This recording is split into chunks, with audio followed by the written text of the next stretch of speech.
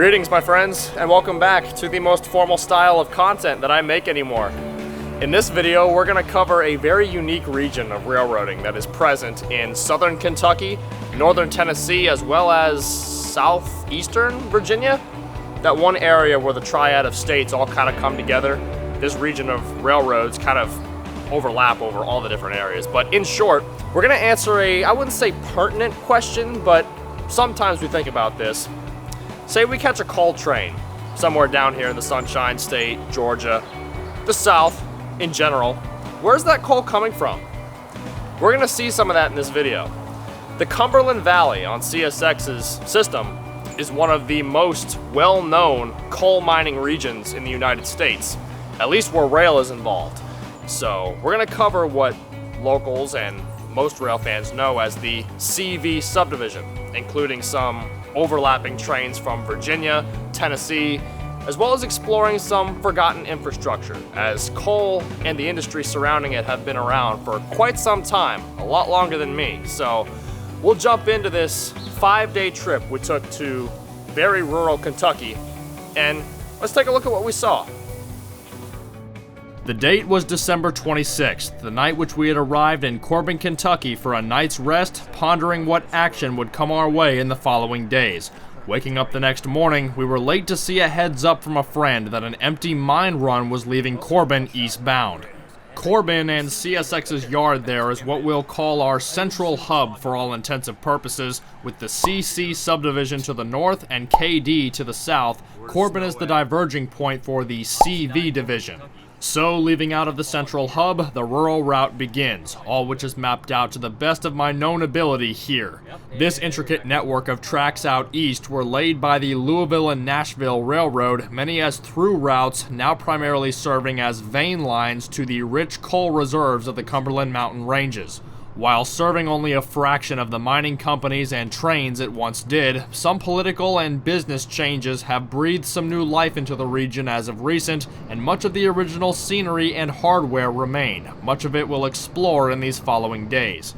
The train had already made good headway from Corbin by the time we rolled out of our Airbnb, so over the hills and through the mountains we'd go, watching the rails and listening to the radio for vital signs, through Flat Lick and Pineville, till eventually we got one. LER 614, 27, 47, 10 over. Where the hell over? He said as of right now, plan on loading over. Alright, plan on loading, okay. Alright, thank you, sir. I'll let you know if something changes. Alright, thank you. Somewhere down in the gorge, we were finally picking up an R614. The R symbol on CSX has been denoted as mine runs or coal shifters, though I've seen it used in other instances for last mile movement of other single commodities. In our case, it's a turn job out of Corbin, shuttling coal empties back to a loadout on one of the branch lines, the loadout named Lynch 3. We weren't entirely sure on the train's location, but the radio signal was crystal clear, so we went a mile or two further and dropped into Blackmont, a middle-of-nowhere community, as many in this region of Kentucky tend to be.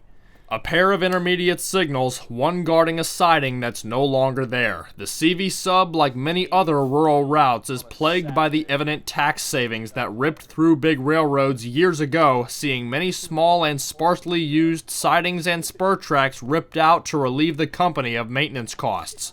The distant echo of a 5-chime Nathan horn advised us that we had arrived right on time.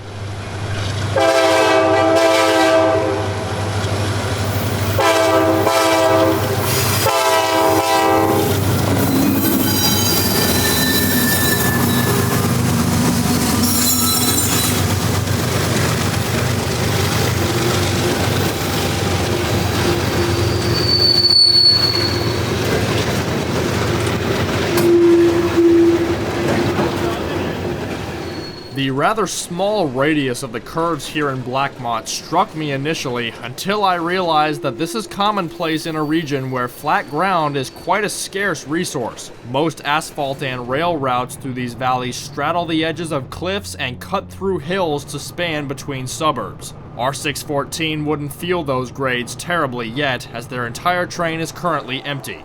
Now through another sparse populace in the valley, the small hillside community of Cold Iron.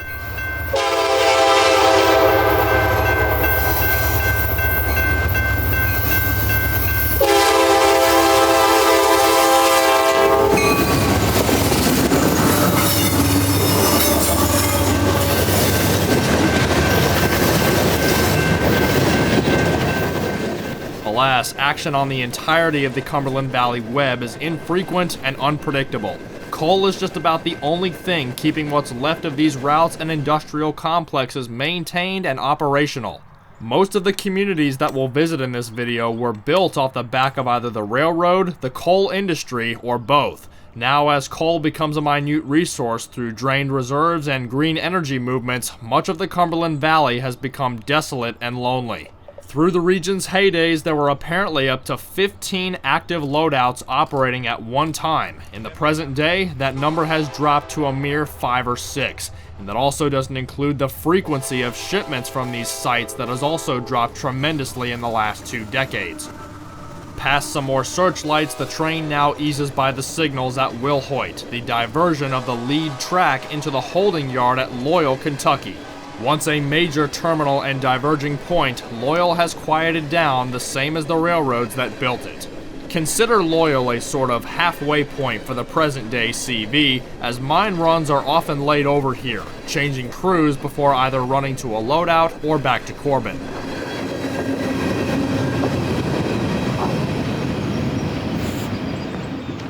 We'll see more of the yard at Loyall again later, but just east of the yard is about the only diverging point that remains. At the 240.2 milepost is Harlan Junction and the Baxter Interlocking Tower.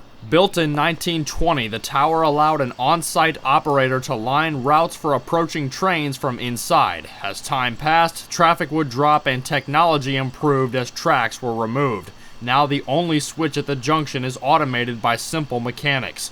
Harlan Junction today allows trains to either continue northeast on the Poor Fork branch or turn south towards Harlan and Gray's Knob, a connection to the original CV main, which we'll cover in the following days. While back in the day, having trains line their own routes here would cause many delays, in 2025, R614 is the only job to be found around for miles, meaning that stopping to line the route by hand is all but a short-term inconvenience for the train's conductor. The train has lined the switch by hand here as we're now in dark territory. Everything to the west of the yard at Loyall is track warrant control only. Dispatch must give explicit permission for a movement to occur on specified sections of track. This permissive message is called an EC1, though it was likely given to this train before leaving Corbin, as we wouldn't hear them receive one here. It's now 10 miles per hour through the turnout at Harlan Junction, and around the corner track speed increases back to 25. The restriction here is partly due to the Harlan Junction switch being a spring switch. The point rails, while movable by hand, are also able to pivot in place, tensioned by spring gears. The crew had to line the switch manually in this case as they were choosing the diverging route, but should the switch have been lined against them while on a converging route, they could simply roll through at low speed, the wheel flanges gently pushing the points clear, the springs resetting them after each pass. With the amount of traffic flowing through the region these days, this is all that's needed to keep trains rolling through in a timely manner.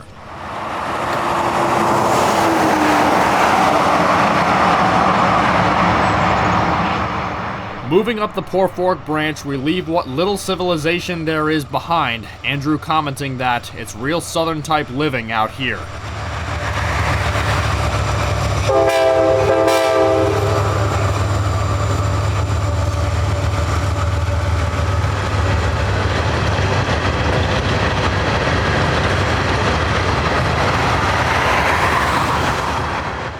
Around mile 254 is Tots, a first-hand look into how the valley once operated.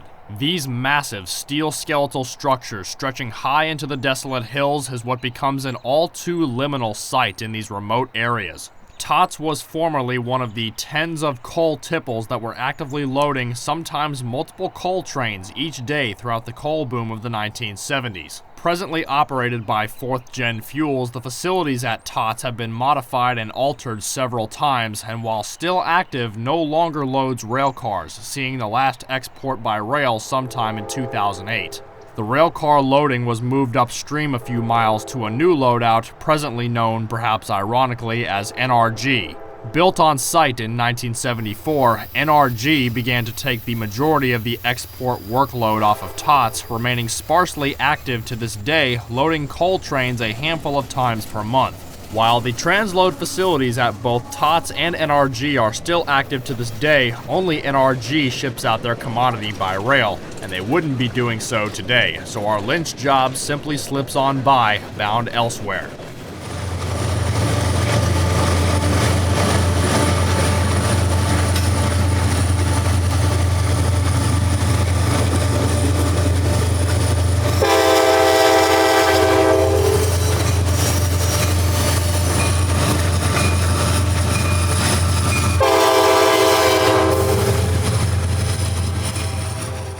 Now at Hiram Hill Road, Andrew and I would meet up with area rail fan, and I'd argue local legend, Micah Turner and his dad, equally as eager to see this SD70 leader in the valley as we were.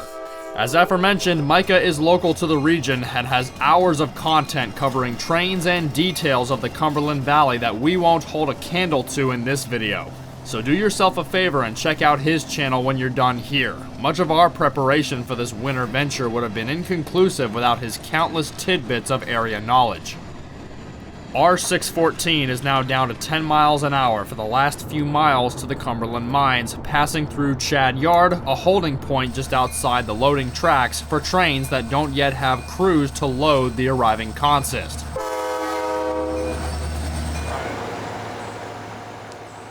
Just up the road is Bluegrass Natural Resources' Kellyaka mine site in Cumberland, Kentucky. U.S. Steel built the complexes here originally in the early 1970s, right around the time that coal nearly became more valuable than diamonds for a short time, and everybody needed a handful. After the coal boom of the 70s, U.S. Steel sold the complex in 1986, with many different companies and brand names coming on and off the ownership title until most recently in 2023 when Bluegrass Natural Resources took over.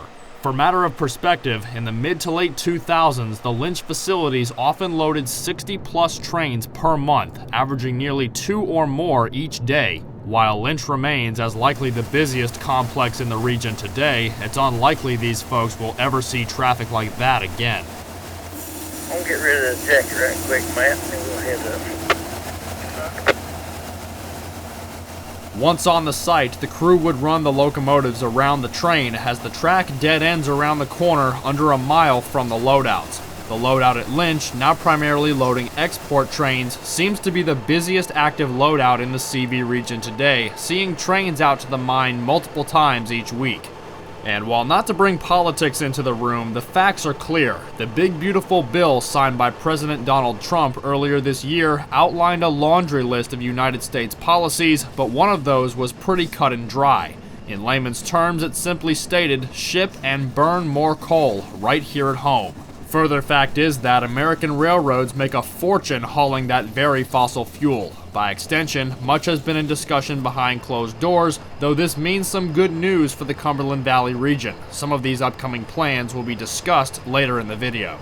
The Corbin crew would load about half of the train here at Lynch before going off duty, with another on call this afternoon to finish loading and return the train to Corbin. Very cool area. This is what me and Dakota have been waiting to do for months. This guy is straight up copying me now. Straight up, unreal. Now he wants to vlog. In other news, however, Micah told us of a crew he knew of going on duty almost that very moment over in Loyall to return an empty scrubber train to the yard at Corbin. As those particular trains are quite uncommon in the Cumberland Valley, we followed suit without delay. The train had already made it well west of us by the time we made it back through Loyall, though the 30-mile-an-hour track speed through the hilly terrain meant that we'd be in front before we knew it. Quite a ways back down the line, we'd stop in at Pineville, one of the more civilized areas in the lowlands of Harlan County, and the point at which two branch lines, variations of what's called the Straight Creek branch, diverge from the CV main line. A single track branches here before splitting in two about a mile to the east. Both of these branches are currently idled from service, and we'll explore them lightly later on. The maintenance of way facilities and supplies trackside here created too many obstructions for our liking, so we moved slightly further down the track to the other end of Pineville siding. Another trio of searchlight signals guard the switch, set to occupied block illumination, meaning they're dark until a train is just seconds away. So when the northward signal lit high green, we had only seconds to be ready.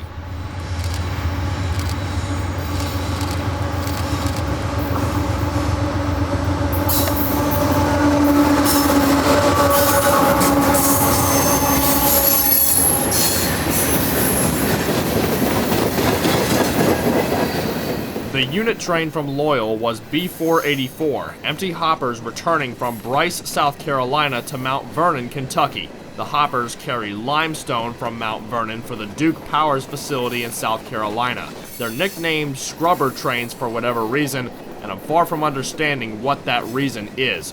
Please leave a comment if any of y'all understand this more than I and can tell me why. As the empty hoppers clear, we can see how the signals are now lit up, seeing as the train has entered the adjacent block of track that the signals govern. Within a few minutes, and the train having exited that block, the signals would all go dark again, though we wouldn't stick around for that. After Pineville came the next major town, Barberville, and we'd pass right through to Bailey Switch. Evidently, this is the name of the town, though I don't entirely see why. The railroad used to have a siding here called Bailey's, though siding tracks were also torn out of here long ago. Alas, the name and signals remain, guiding B484 through the leafless trees that line Bailey Switch. CSX Equipment Defect Detector milepost 186.05. No defects. No defects. Total axle 288 of transmission. You're north Bailey, 7258, 42. By this point, we weren't far from the terminal at Corbin, so we figured after this shot we'd jump ahead straight there to watch the train arrive. As the consist rolls out of Bailey Switch, however, it leaves more of the illuminated searchlight signals in its wake. Control points that now guard a non-existent track. Another ominous reminder of the rail traffic that, once upon a time, was present in the Cumberland Valley. Back into Corbin, we can see atop one of the overpasses freight cars in the consist of train M542, a northbound run of Manifest to Cincinnati. They'd simply be tied up in town here for a crew change. We'd go after and ultimately miss that train later. By now, it's mid-afternoon, as the empty limestone train coming off the CV calls ahead to the yardmaster for permission into the terminal. Corbin B48425. B48425. Y'all want to pull in, run around, or north leg and shove in? North leg, shove in if we could. Alright, we'll shove west 9. West 9. Corbin is the endpoint of essentially all CV train trips. The yard here is primarily used today to tie down unit trains, coal or otherwise, that have just arrived from a terminal somewhere else or from somewhere on the CV network. The yard allows the consists to remain out of the way as they await crews to take them from Corbin towards their final destination, whether that's a power plant somewhere else in the States or a loadout in the Cumberland Valley to begin the process again. Furthermore, there's only a handful of crews qualified on the CV network, groups varying to the east and west of Loyall, so it is often very hit or miss as far as availability goes for crews to take these trains across the rural country. Still good for 20, 7268. 20. B484 is an oddball example here, as neither end of its route is anywhere in the CV region. With a new crew aboard, the empties will be returned a mere 30 miles back north on the CC sub to Mount Vernon for their next load of limestone, after which the train will return to the South Carolina power plant, simply using the CV network as a backdoor connection to the former Clinchfield rails back into the Carolinas. Once the train was off the CV and in the yard, the entire region would go dead silent. No movements out on the CV or anywhere around Corbin, so we moseyed back to the Airbnb to finally get something to eat. We'd hang out there for an hour or two before we heard of the R614 we had chased that morning finally beginning their trip back towards Corbin from the Lynch loadout, the new crew having come aboard about an hour before. We knew, however, that it would be hours before the train was anywhere back in this general area, so we moved south of Corbin about a mile as we were now hearing an X544 calling signals to the south on their approach to Corbin. Set up at North Archer Street, visible in the foreground are the signals for Control Point Bacon Creek, the second to last signaled control point before the terminal at Corbin. Approach Bacon Creek 2 track X544, 26.922.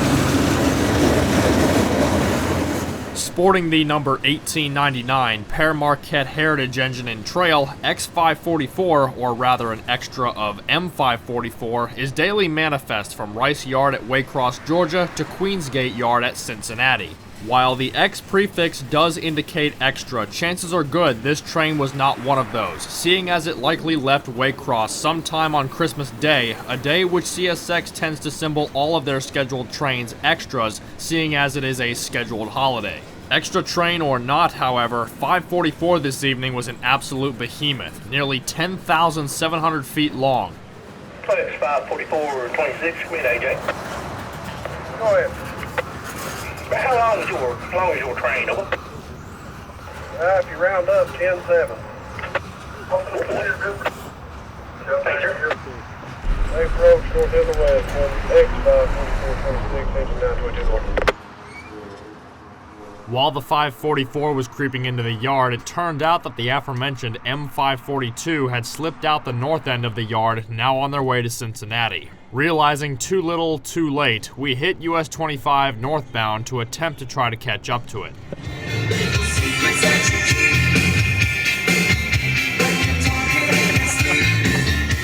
I'll be lucky if I sleep.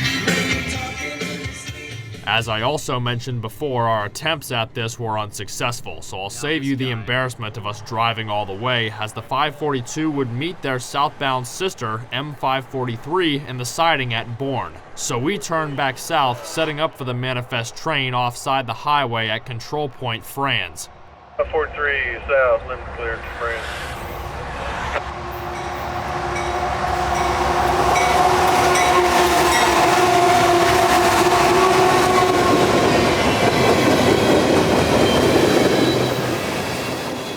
More rather interesting searchlight signals guard this location, especially interesting in that the intended design seems to be null and void. The smaller target light on this signal appears to be a fixed red indicator, making all aspects displayed by this signal indicative of medium speed. Reason for this was the switch in the track that used to be here, though was torn out some time ago, seeing as the second track was evidently no longer needed here. An odd bit of curvature in the now single-track main is evidence of the setup. Seeing as track 2 was ripped out, trains now follow the old diverging route to track 1, while no switch or second track remain in the present day. Interesting though that the signals survived and were not altered in the process of remodeling here.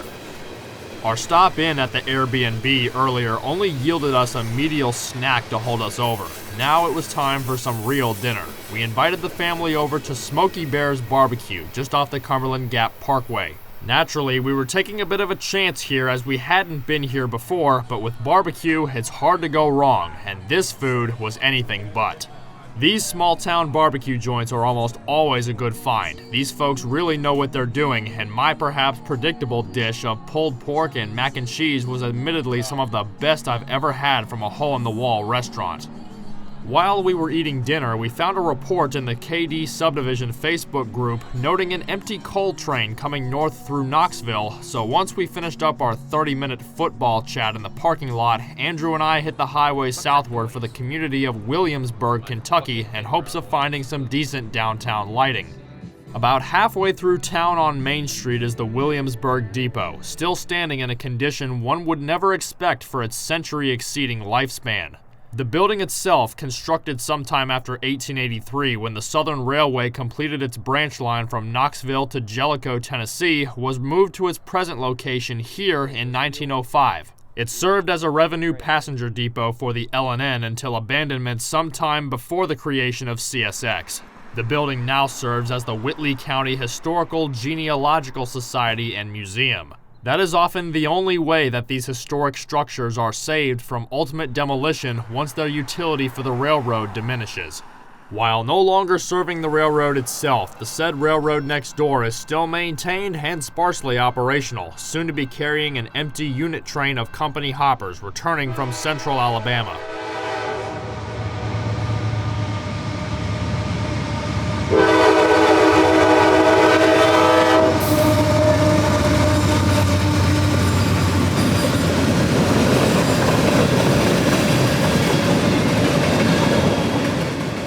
The train in question was symboled E738, empty company hoppers returning from Calera, Alabama to Corbin and an eventual return to one of the many coal loadouts in the Cumberland Valley region.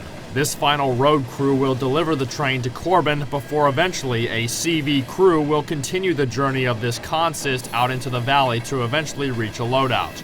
These unit trains in particular tend to be fairly sought after, as the full consists of company-owned cars aren't as common across the system on coal trains as you may think.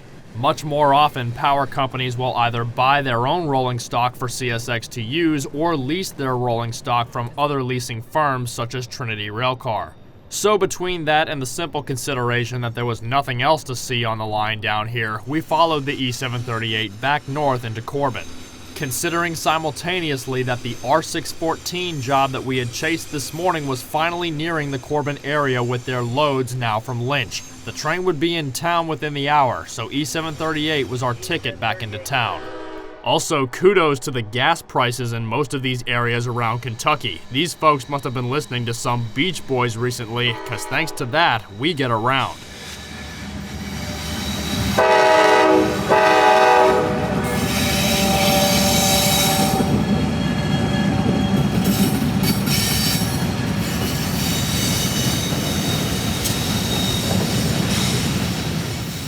With R614 now just up the hill around Barberville, we moved back up and around onto the CV main, out to control point Siler at the Johnson Lane road crossing. Just a mere 2.5 miles outside of the terminal at Corbin, the siding that begins here is one of the only remaining on the entire CV timetable. Or at least what is effectively a siding here. The second track that breaks out here at Siler, singling back up at South Arkle, creates double track for about 4 miles.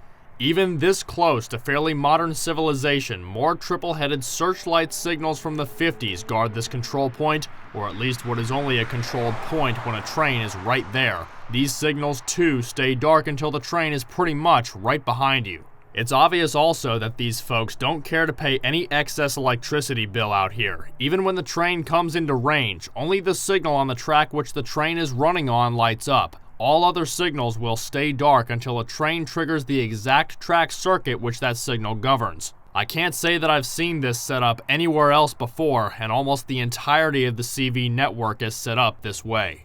On came the signals, but the wait continued. It's 10 miles an hour for the train across the weigh scales about 2 miles up the line, that which logs the weight for all loaded trains coming into Corbin. This gives the yardmaster the official weight of the new load before a road crew takes the train from Corbin towards its ultimate destination. It would have certainly been neat to capture video of the train passing over this scale, but all the infrastructure is set up in the woods and hardly photogenic during the day, let alone at night. Alas, the lighting where we were wasn't all too bad between the streetlights and the full moon, but a word of caution to our crew. Warning, you are currently being recorded.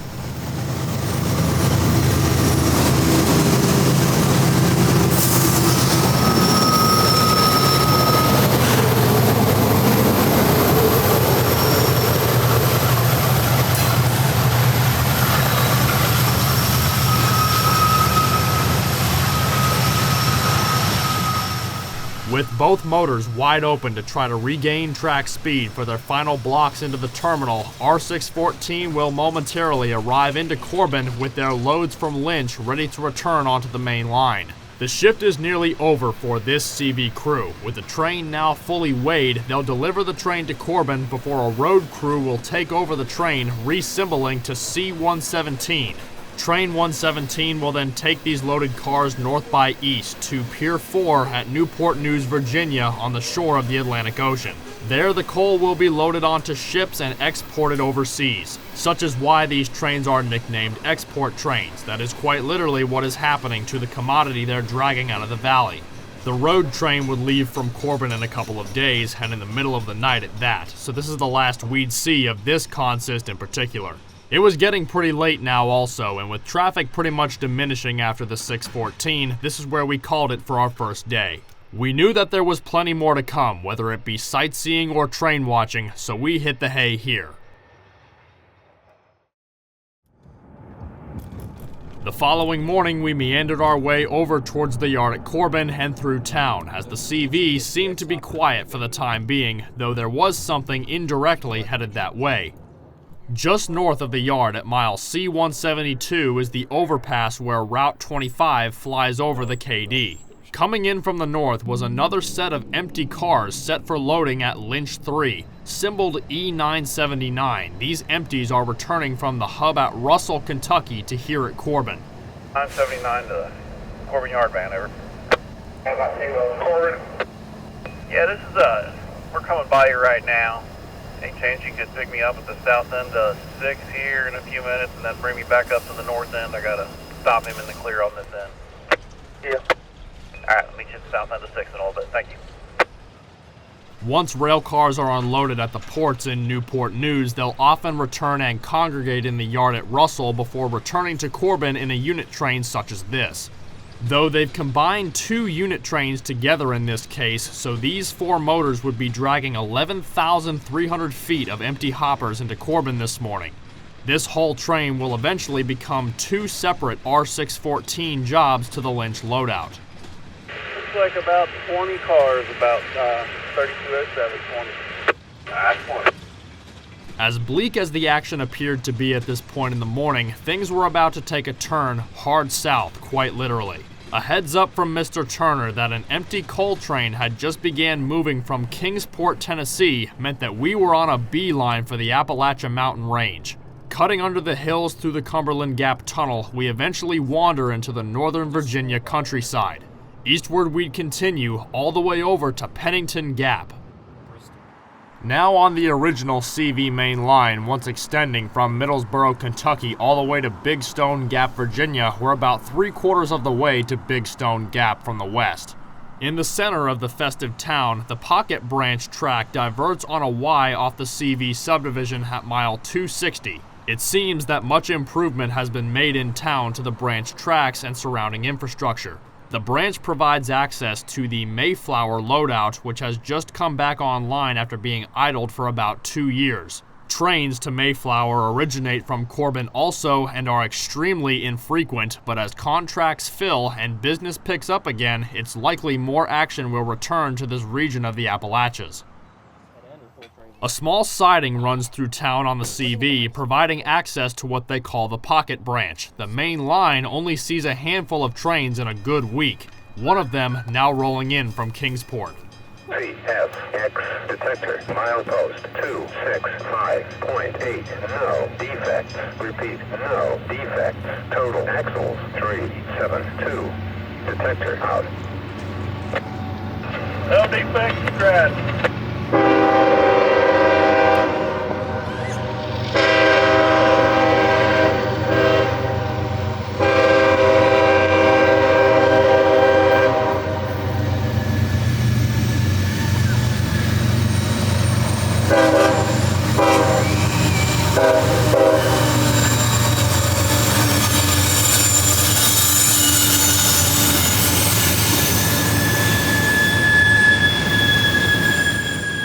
Through Pennington rolls today's EO90, 4,500 feet of empties returning from the Eastman Manufacturing Company in Kingsport. Eastman utilizes coal for facility power generation and some forms of chemical manufacturing. The train will be reloaded at the Balkan loadout in the Cumberland Valley region. In order to get there, however, the most direct route to the valley is through Loyall's back door. Trackage rights over the Norfolk Southern's Appalachia District bring the train from Kingsport, Tennessee through to Big Stone Gap, Virginia, and from there it's west over the original CV main through Pennington and the desolate hills of southern Virginia.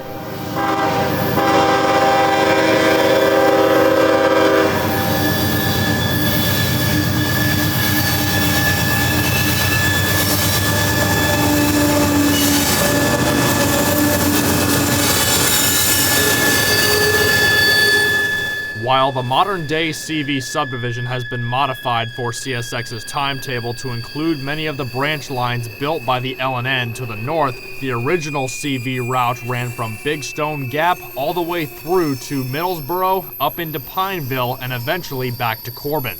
As fortunes changed, however, and the parallel Highway 58 was built, the stretch of track between Hagen's and Middlesboro would be abandoned and pulled up by the early 1990s. Since the original CV route no longer runs through to Middlesboro as it once did, the train must perform a sort of switchback in order to access the Cumberland Valley across the range. That is done at no other place than Hagen Switchback. Left over from the 1930s, Hagen's is the only active switchback remaining in the United States. The alignment enables trains to both change their orientation as well as change elevation significantly in the midst of this rather complex terrain right on the edge of the Appalachian Mountain Range.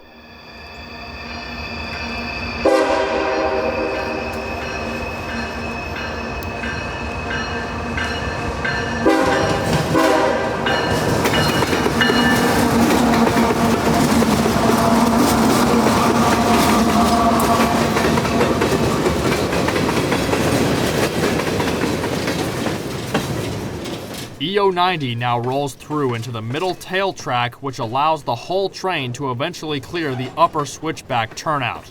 The entire train will then reverse down the lower leg of the switchback, orienting their train due north and dropping significantly to reach the lower tail tracks at the bottom of the switchback. The train, once clear of the lower switchback turnout, can then continue due north, cutting through the mountain range through to Gray's Knob, Harlan Junction, and Loyall. The train, in our case today, is around 10 cars too long to fit into the dead-end lower tail track. A second track is provided here for the crew to separate their train if needed and shove the remaining consist into the secondary holding tracks.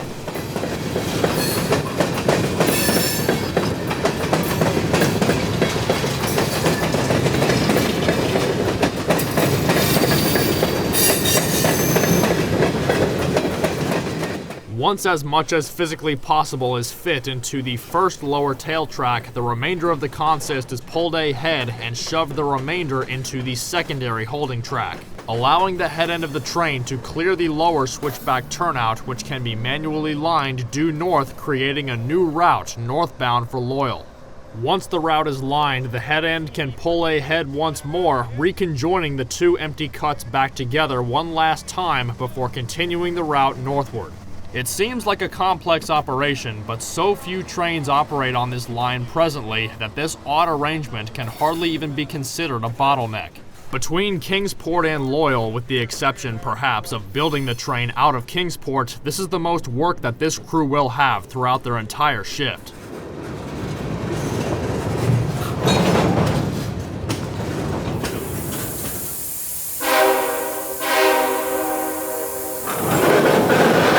Newly befriended conductor Al Sargent and engineer Russell Smith now take their train northward for Loyall, rolling into Hagen's Tunnel with the old CV main line seen flying overhead.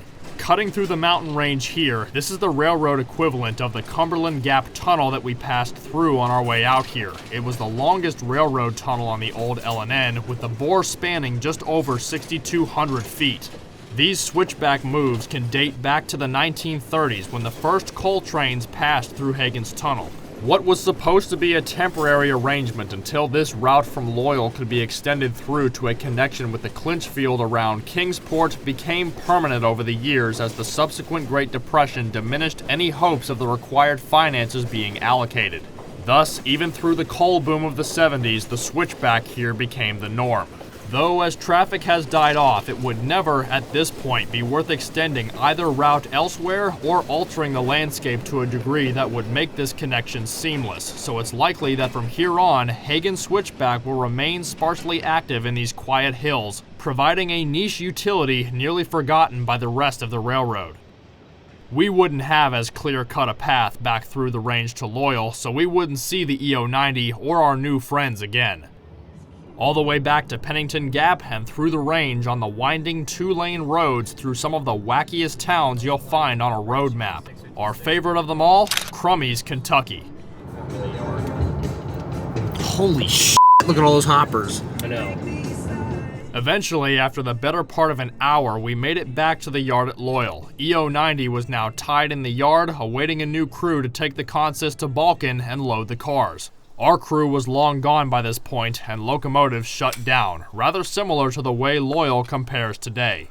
Booming in the 1920s thanks to the L&N Railroad, Loyall was formerly known as Shawn, which was local slang for railroad siding. Serving as the heart of the L&N's Cumberland Valley operations, the yard site here once hosted locomotive shops, yard offices, a roundhouse and turntable, the town seeing general commodities, wood chips, logs, and tons of coal through and through. CSX maintained engine shops here until 2015, closing when the decline in coal traffic and subsequent profits rendered the shops nearly obsolete. Now all that remains is a handful of yard tracks primarily used today for storage and for temporary holding of mine runs like today's EO90. CSX 7116 north, 615 south. Action at Loyall would temporarily pick up though, as train R615 is heard calling signals to the west. The signals here on Loyall's west side include 2 more searchlight masts and a dwarf signal guarding the entrance to signaled territory. The whole line west of these signals to Corbin is all dispatcher-controlled playing field. Everything east of us, though, is dark territory DTC, and that's the way R615 is headed.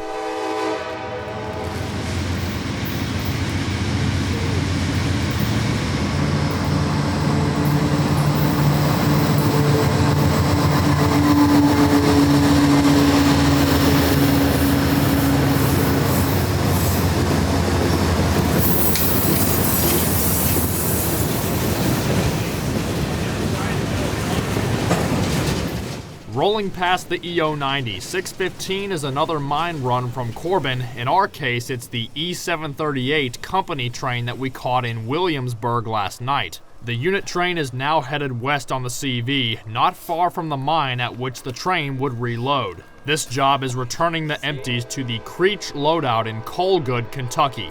That would require a southward turn at Harlan Junction down the line to Chevrolet. Yes, Chevrolet, Kentucky.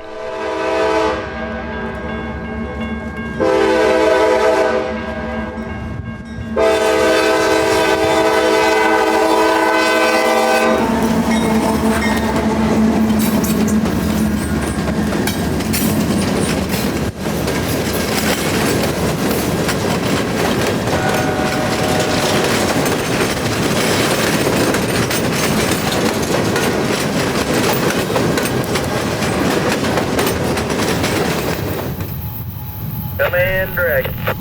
Go it over. Switch is lined up, they rolled off. Switch line, derail off. Once into Chevrolet, R615 would diverge into the siding through town to tie the train down at the adjacent spur lead up to the Creech loadout. Another crew would take over the consist early tomorrow morning to cut the train in two and take the respective cuts up the hill to the loadout. A Y branches off the siding track just a mile or so eastward of the town's Baptist church, that which stems to a barely mile-long spur that dead ends at the coal loadout named Creech. Hidden in an isolated side pocket of Kentucky hills, the Creech loadout presently is one of the most unpredictable places you'd expect a mainline coal drag to return for product, especially once you've seen it yourself. Tracks and infrastructure mostly left over from the 1920s and 30s. One of the dilapidated structures, the site's former commissary building, still bearing the name of the Mary Helen Coal Corporation, the original builders of the surface coal mine and who established the surrounding town of Coalgood in 1919. Coalgood's story is one that matches many of the American rural East, serving as a coal camp in its heyday and providing housing for the hundreds of people who slaved away in the company's coal mines. Almost none of the original community is left, however, and the mining operation is now in the hands of 101 Coal, a subsidiary of JDL Coal. I wasn't able to find much else on the community or current economics of Creech, and the winds were picking up quickly here as a cold front was to move through overnight. As sure as those clouds were rolling over the mountains, there would be rain late this evening. While investigating what once was, a subsequent heads up would advise us of what was now. Another empty coal run was departing Corbin headed east. We'd have to return to Corbin for the night eventually, so we simply made a note to stop somewhere on the way back. First, however, we decided to refuel ourselves, stopping in for food at the Dairy Queen just outside of Loyall. Well, we stopped in Loyall for Dairy Queen. They didn't have peppermint bark blizzards, so I kind of crashed out. And this guy thought Subway clothes existed. Look, I don't work at Subway who's eating here. Do you have to put food in your mouth right before you start talking? Mm-hmm. This guy's been a little whacked today. I don't know what's going on. CSX detector, milepost 220.00, defects, repeat, 0, defects, total, axles, 452, detector out. 10 miles away from our post, a CSX defect detector confirms that our Corbin train was nearing. Though we had already been staked out in cold iron for a good 20 minutes prior, seeing as it was one of the last towns in the area that there was any kind of ambient lighting trackside, even if it was sourced from sparse Christmas lights and incandescent lamps. It's windy, 60 degrees, and dropping fast as we're parked on the pavement in our lonesome beneath the ghostly silhouettes of the Cumberland Mountains. An equally ghostly horn would soon pierce the cool night air.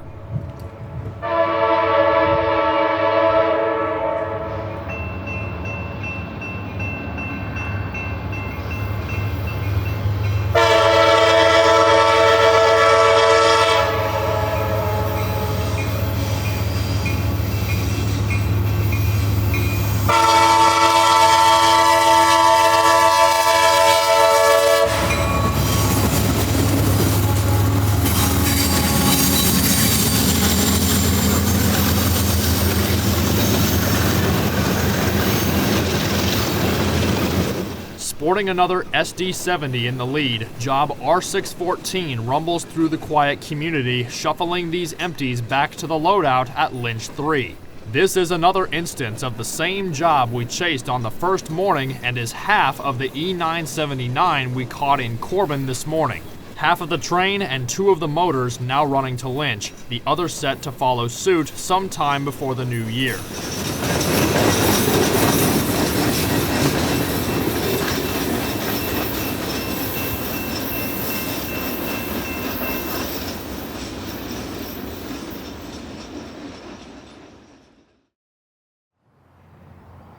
On our third morning now, while it wasn't terribly evident that rains had fallen overnight, the temperature and remaining winds told you everything. This morning's air was cold, really cold. Warmed up and on the road now, the radio came to life within the hour, warning us of an inbound WO11 from Russell. We had plans to venture back out into the Cumberland Valley, so we quickly ran north of town on the CC side to a pair of intermediate signals, still searchlights, at the mile 161. Interesting on this pair is that each is labeled with the milepost and an L prefix, L161.1 for the southward signal. I can only assume that the L is a leftover remnant of the L&N Railroad that likely installed this hardware sometime in the 1950s. The venture up here wouldn't be as quick as we had anticipated, however, seeing as the work train was only running around 30 miles per hour continuous and the near 20 mile per hour wind gusts made for a 7-degree wind chill this morning. This train came at a hefty price. Eventually, though, the intermediates came to life, meaning the train was just seconds away. Connect 4743, south, H Road Preliminary, Paris. Did you all down that?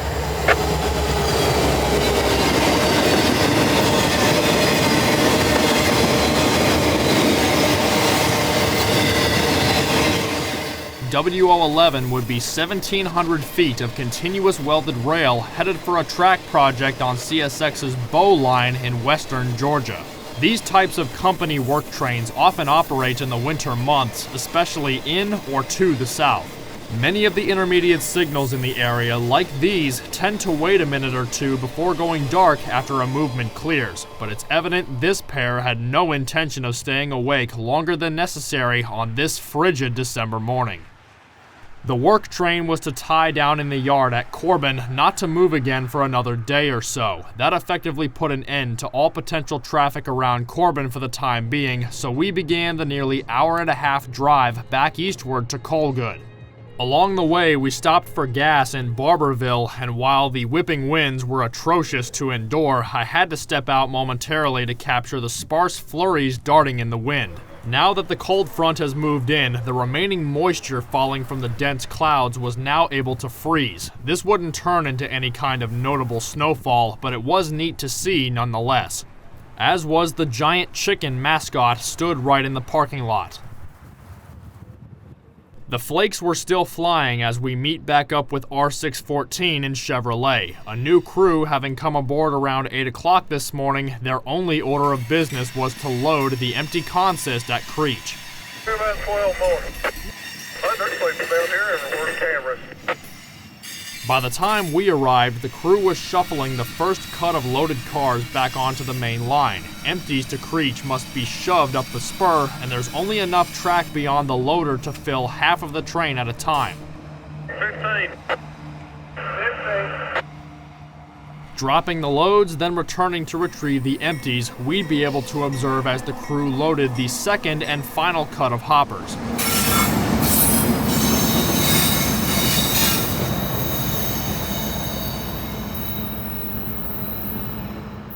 At the same time this is all happening, coaling trucks are also headed up to the loadout at Creech. While in some places asphalt is the only method of transportation for this commodity, in the majority of areas the rail and road operations work in simple harmony.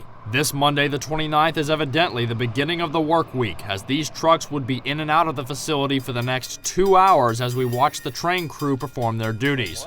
Now shoving the empties across Kentucky Road 3001.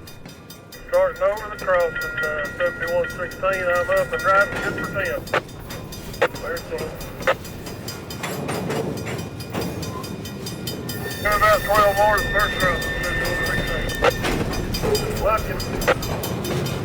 These guys must really like trains. And wonder the Black Coast, that's Hollywood, Crystal, they come from California. They're gonna make a film about it. His license plate says Georgia. That's probably just a rental. They put in no rental. Come here, load up. You're right there, Dave. Yeah, we're on our way back up the hill, Al, and somebody needs to look down in these there at church. He's down there, I think.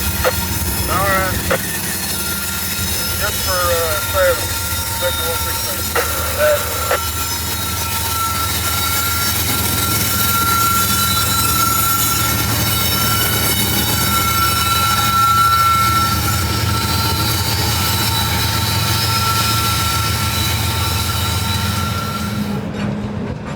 Another 20.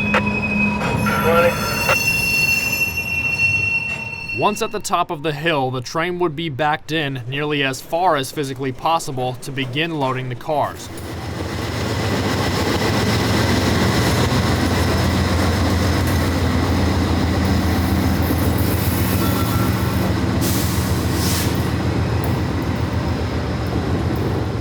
Once the first car is positioned beneath the flood loader, the belts begin to turn, dragging coal from the reserve piles up into the stacker or tipple building above the track. This stacks hundreds of tons of product overhead, ready for the chute to be opened as the train begins moving. Pulling forward at just a fraction of a mile per hour, the flood loader dumps over 100 tons of product at a time into each car. The height of the chute is controlled by an operator in the loading room, allowing each car to flood with product as the train slowly moves, hence the name flood loader. The pedestrian walkway over the rails providing access to Coal Goods' former community church provides a unique vantage to watch this all happen. While not for those who have done this a million times and still get paid for it, to anyone else, this is an extremely grueling process, ultimately taking the better part of 2 hours. The most bored in this situation, I'd argue, was likely this morning's engineer. From experience, I can attest, keeping a train under control at this fraction of a speed is no exciting or enjoyable task. It provided ample time, though, to capture plenty of documentation of this uncommon operation. From my understanding, Creech only sees trains to its facilities around once a month. We lucked out then that this company train loaded here during our end-year visit, especially so after recently hearing the news that the pictured Mary Helen Commissary building is soon to be demolished sometime in 2026. I don't have details on when, but had we waited just another year to make this trip, chances are we wouldn't have seen it still standing.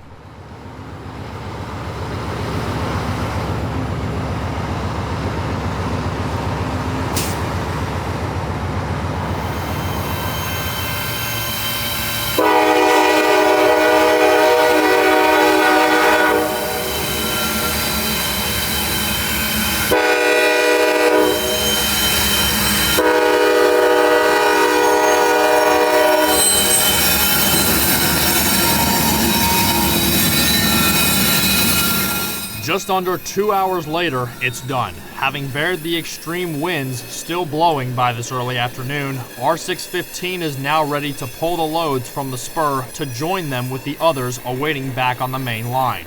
The nose-to-tail elephant-style power arrangement also added a couple extra steps to this ordeal, as the power would have to leave from the spur in the opposite orientation to which it arrived. Thankfully, the Y here makes that possible, pulling the loads up the north leg onto the empty siding track to pass the first cut, pull by, and back the loads onto the first cut, completing the consist. Be good, now stretch in the clear.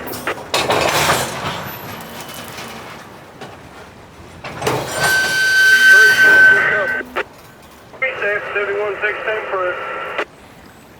Once the cuts were conjoined, respective Class 1 and 3 brake tests would be completed before the train would shove back and wait at the adjacent road crossing for their relief crew. Another CV crew was to take over from here, returning the train all the way back to Corbin by nightfall. In the meantime, however, we decided to do a bit of exploring, seeing as we were all the way out this far. Intending to catch the train's return trip first around Harlan, we ventured slightly east of downtown along one of the now abandoned branch lines.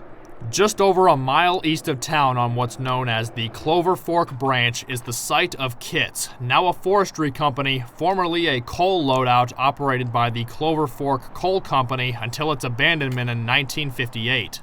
Built in 1914, the original coal tipple still stands amidst the trees stripped of leaves. A short hike up the adjacent hill reveals the old structure, constructed almost entirely from timber and left standing only by mercy of the elements. The Clover Fork branch line in itself is in no better condition. Having seen its last train sometime in 2014 from an alternate loadout, the 16-mile branch has since sat abandoned with the rails cut just feet beyond the lead switch in downtown Harlan. Without a serious investment or upturn in economics, it's unlikely that this old Clover Fork branch will ever see rail traffic again.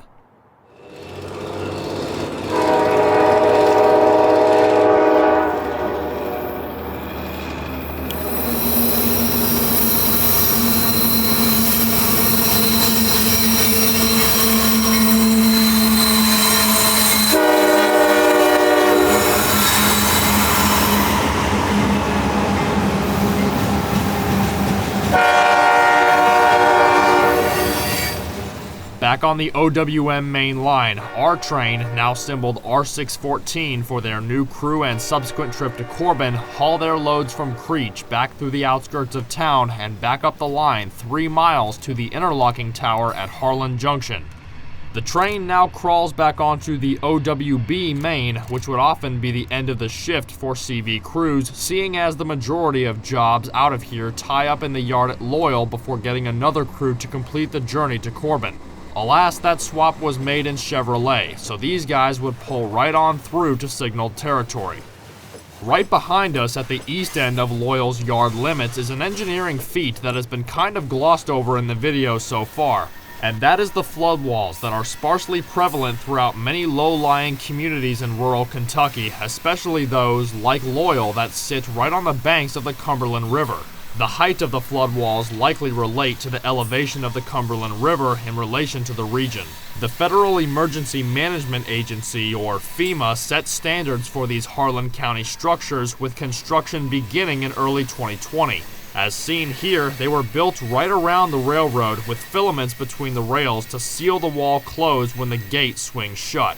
The walls supposedly saved nearby Pineville from devastating damage when Hurricane Helene ripped through the eastern U.S. in 2024.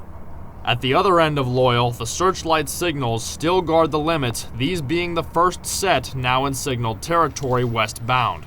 Train EO90 remains tied down on the yard tracks, waiting for a new crew to bring the empties west to Balkan. CSX 7116 or 61429 north, clear north.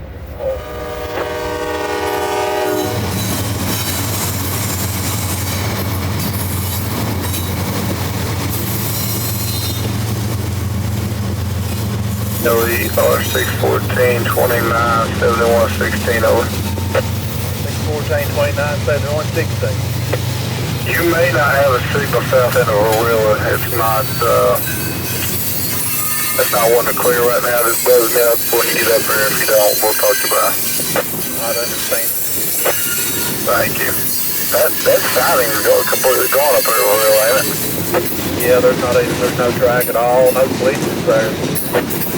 I thought they straight railed it. Okay, no switches either. All right, good deal. I want to double check. I think. Harlan, CSX 7116 or 614. Off and running now, this train being the only one out here would be our ticket back to Corbin, so along the line we followed, stopping in at Blackmont, just a mile from the very first stop we made on this trip.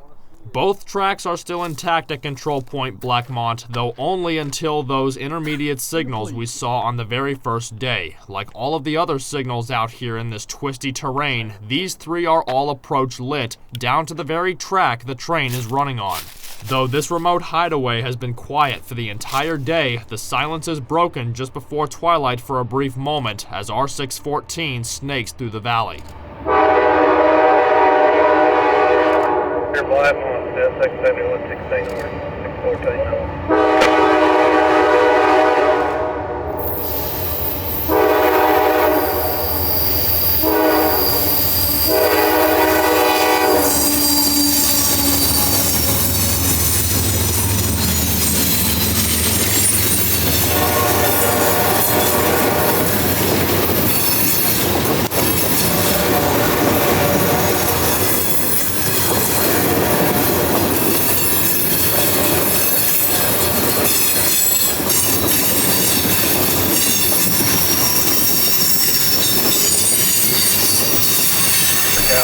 CSX 614 7116 north.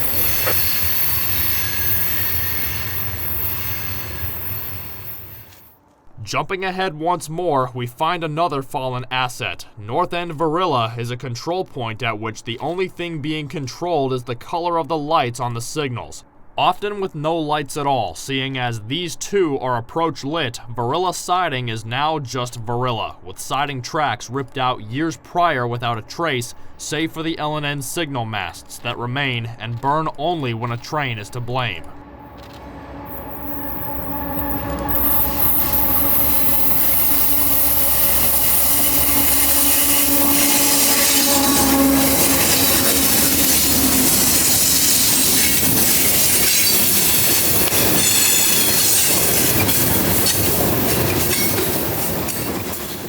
Continuing the westward track, we'd stop midway through the siding at Pineville as the train exits the confines of the floodwalls that surround the quaint township. The surrounding berms sit much higher than the community below, so the walls here are much shorter than the ones that surround Loyall.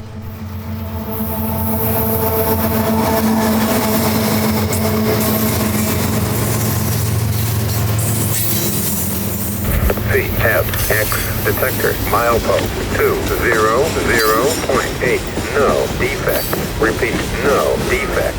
Total axle 300. Detector out.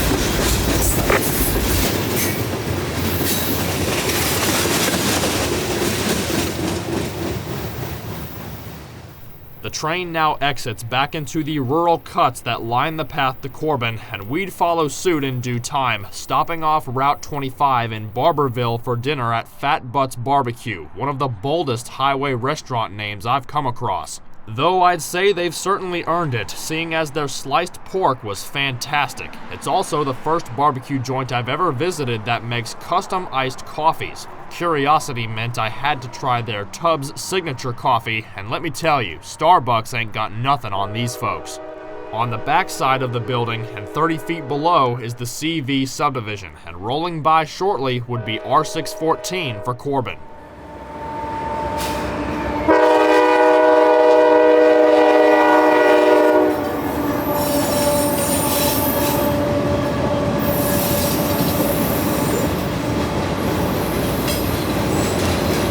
We ran out here to capture the train, all while our food was being prepared in the warm kitchen inside. As the temperatures were dropping out here once again with the sun going down, the winds were still blowing as hefty as this morning. So we quickly went back inside to warm up, only returning to Corbin once our stomachs were all full. By the time we finished our food and made it back to Corbin, the train had already beat us there, so we'd stop into Depot Street to check out the former L&N Freight Building. Now serving as the Corbin Welcome Center, the depot has been beautifully preserved with a few pieces of native rail equipment on display outdoors, lightly decorated for the holiday season. The steamer and caboose on the building's north side both saw service time in the Cumberland Valley region back when coal was a commodity that created companies and shaped generations. Now they reside just yards away from some of the most common coal carriers that remain today, with R614 now being one of those, shoving their train from Creech down into one of the yard tracks in Corbin to see the power refueled and the next crew called to duty. The train with its power would become C-153, departing Corbin for Covington, Virginia, very late tonight. We, A, did not know this at the time, and B, were extremely tired after running around all day with the extreme cold and winds, so we'd call it a night atop the yard, returning in the morning to continue the gamble. Right, so I understand that the date on screen here is December 30th, but it's actually February 20th as I'm now coming around to film this little tidbit, as I don't know what happened to the first 3 videos that I shot on this fourth and final morning around Corbin. I have since long formatted my SD card from that trip, and the videos that I saved to my external drive do not include those. So I was able to get a clip from Andrew to use this morning, but simple play-by-play was that we headed back to Corbin, started at the depot where we ended off the night before, found a mixed freight there. They didn't have a crew. There was another mixed freight at the south end of the yard departing for Tennessee and Point South, M541, the train in question, and he had what we'd call a shiny Mac in the lead, so we'd choose to go after that one, and we'll jump right back in here, albeit a little further along than we anticipated, as you kind of get the idea of what's going on here. As seen at least in this first clip from Andrew's perspective as mine had mysteriously vanished, train M541 for Waycross now departs southward from Corbin with a fresh crew and a shiny EMD leader, which would make this the train of the morning.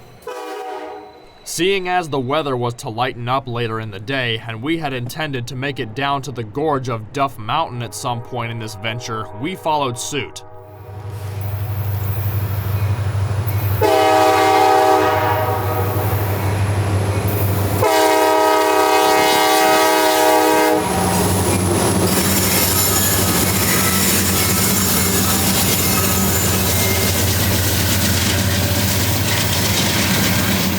541 would be in no hurry this morning. A broken rail at Rockholds just south of town meant that the train would be crawling for nearly 5 miles out of Corbin. Plenty of time was then granted to say farewell to cell service and roll into the cuts of Duff Mountain.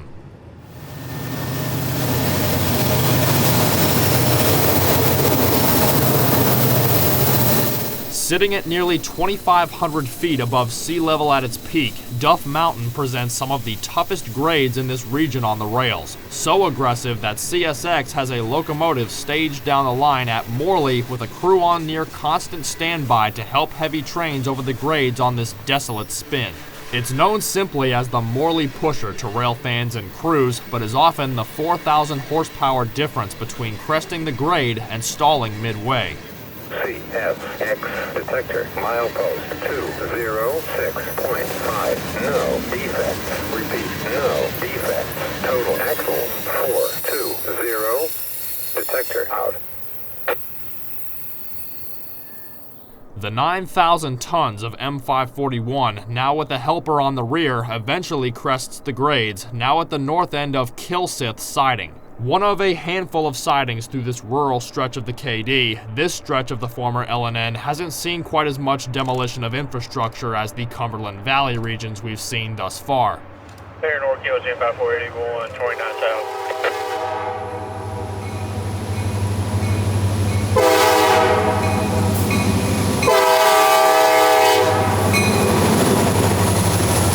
While this region of the KD wasn't quite the intention of this winter venture, we couldn't pass up the opportunity to see this unique train down here, especially seeing as we were so close by.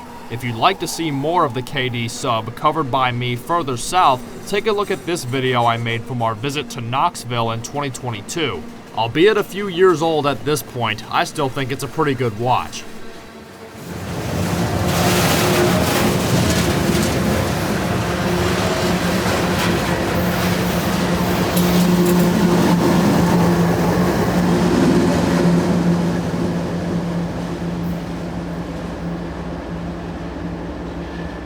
Once the train crests the grade, the pusher crew detaches their lone GE, bidding their temporary partners farewell, returning through the gorge as an H602 back to their post at Morley. Clear South Kill, M541, 29 south.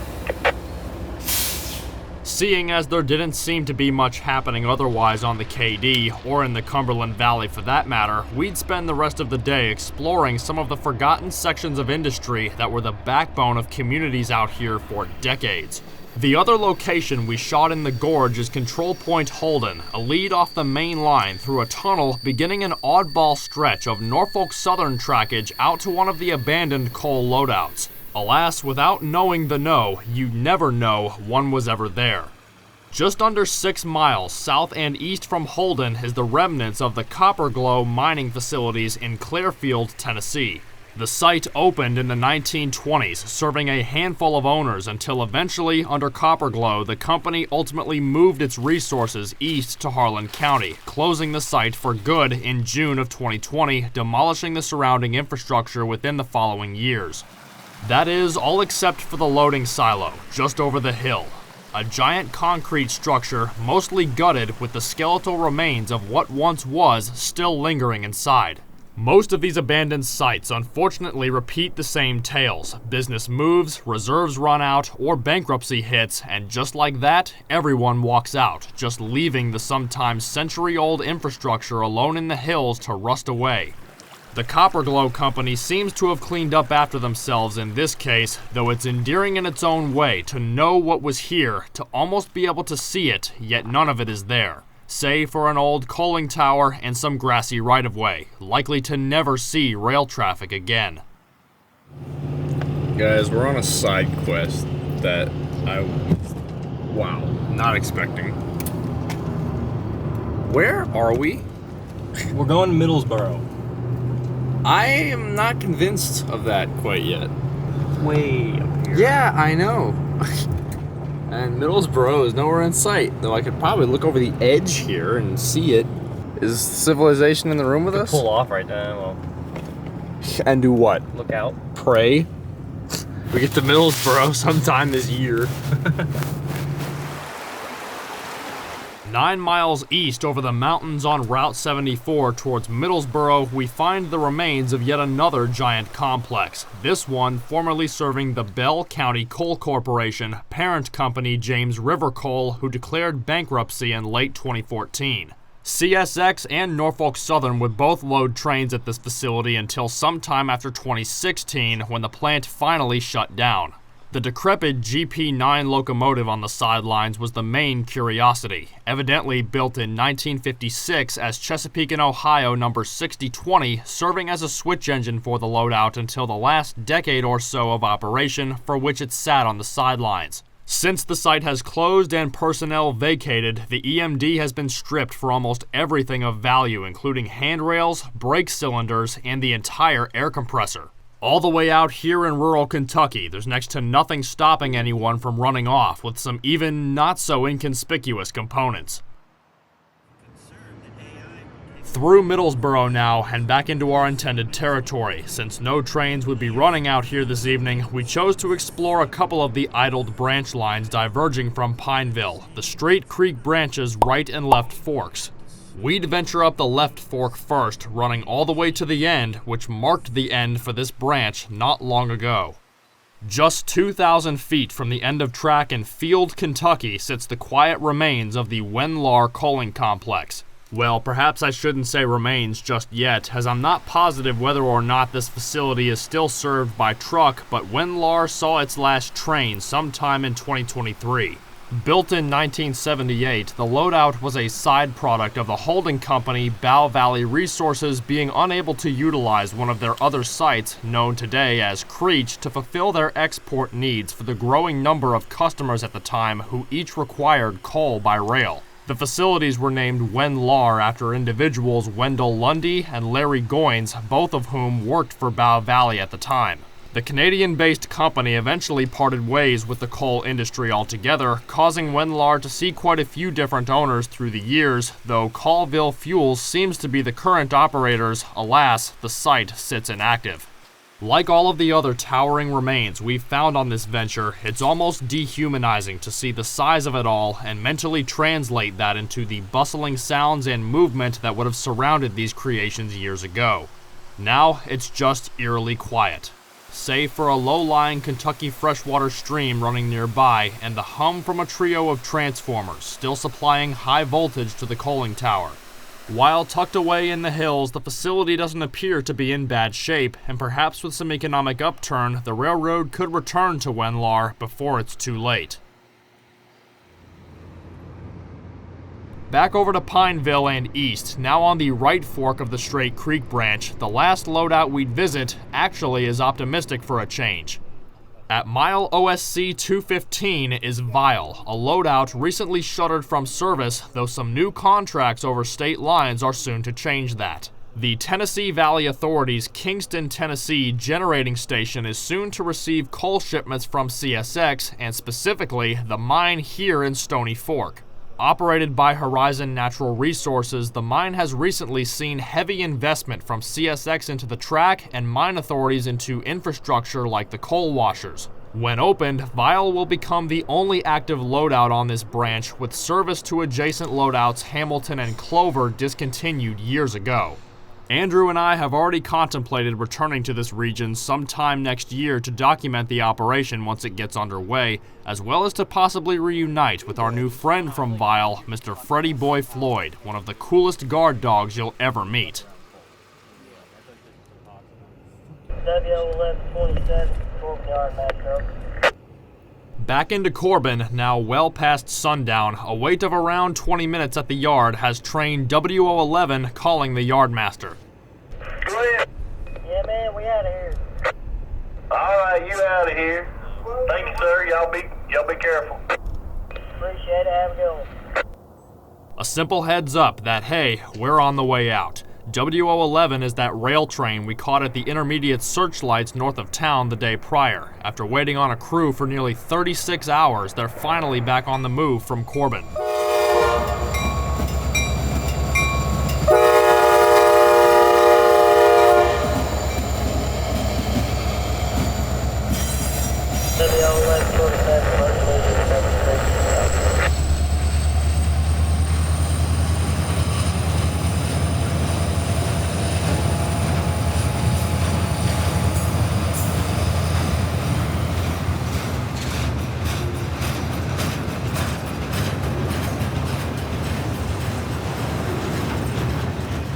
Knocking down the aspect at Bacon Creek, the work train would cruise at a mere 35 miles per hour all the way down through Rockholds and south. Unique about these trains is the load that spans the entire length of it. These continuous pieces of what's often called ribbon rail are roughly 1,500 feet long and unbroken through the whole consist. The steel is long and malleable enough to simply bend through curves as the train rolls along. CSX detector milepost 178.7. No defect. Total axle 150. Detector out. That shiny SD-70 makes for plenty of power to get the 1,700 feet of steel moving quickly.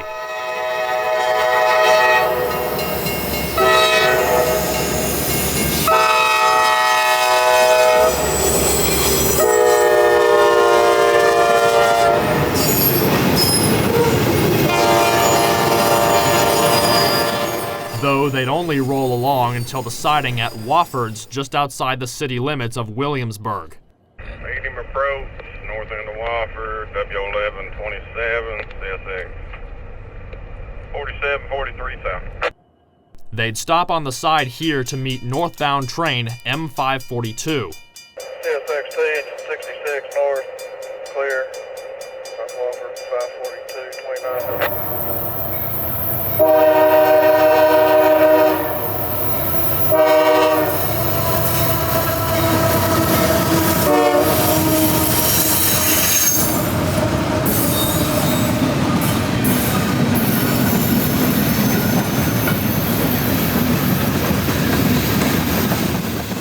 Mixed freight from Waycross, this is the first train that this section of the KD sub has seen since the M541 we shot in the gorge this morning, displaying what a crapshoot train watching on these area routes can be.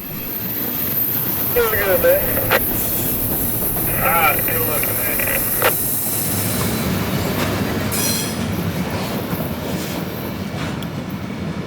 Y'all look good. I appreciate it. Once 542 cleared, we'd move into downtown Williamsburg, back to the depot to set up for the work train rolling from the siding and getting back up to speed.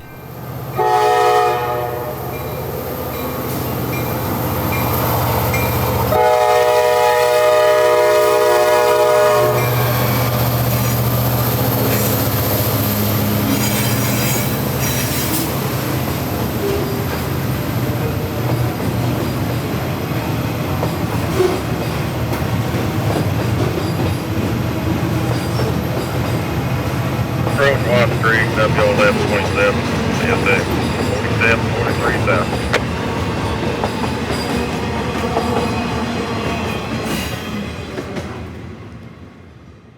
W011 would quickly begin to slow once again as dispatch had yet another meet planned with a northbound empty coal train just south of town at the siding of Savoy.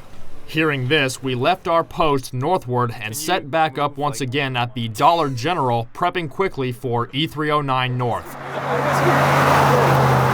was here first. Junction paired.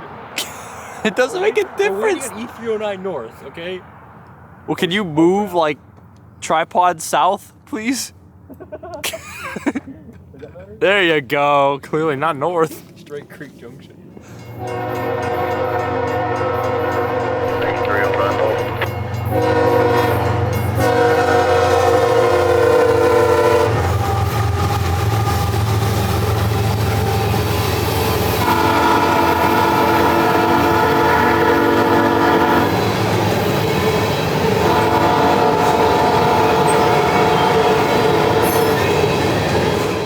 Returning from Plant Bowen in Stylesboro, Georgia, E309 is empty coal hoppers returning for another load at the Typo loadout on CSX's EK subdivision. Typo is not located in any of the territory we've covered in this video, though the train's route does include the KD and CC subs on their way back to Cincinnati and Russell.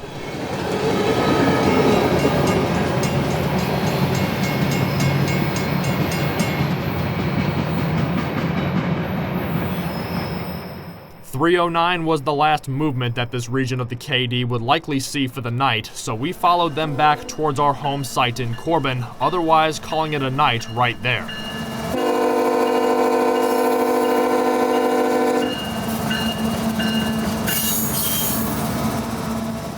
We'd pack everything up in the morning and roll out southward for our flight out of Knoxville, though one last train would catch us on the way out.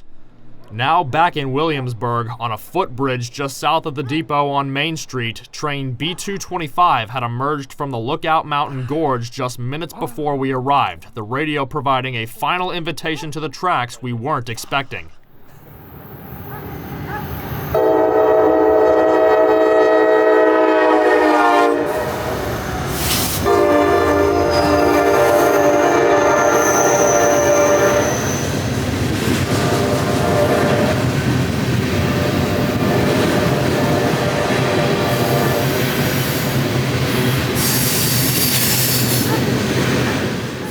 Usually routed through Birmingham and Nashville, 225 was routed up the KD subdivision this New Year's Eve, seeing as a derailment somewhere else in Kentucky the day prior rerouted a good number of trains throughout the surrounding states, this I believe being one of them.